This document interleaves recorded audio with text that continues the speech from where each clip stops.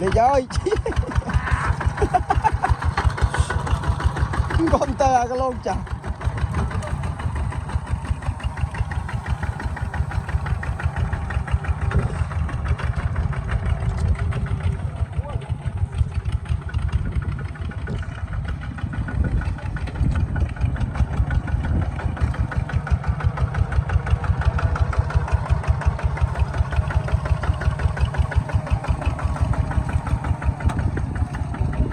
cho mới lợp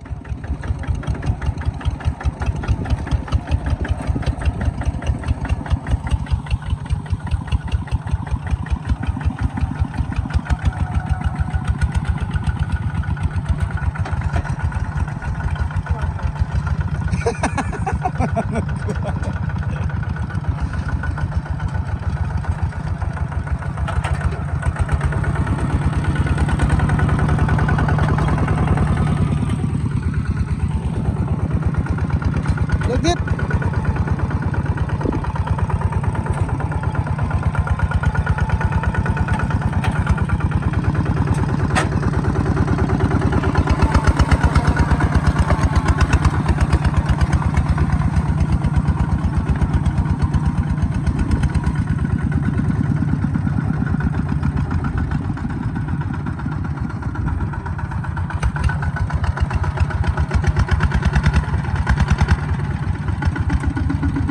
chụp Hà ơi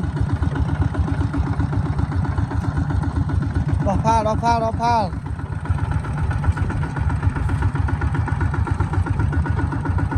lơ ra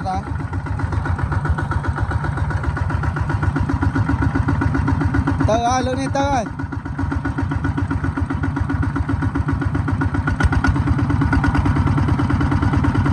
xoay cái nào đi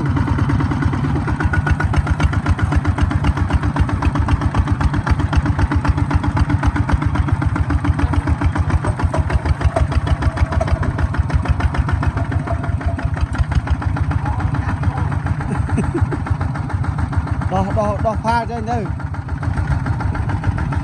cho na đo pha trượt vào đây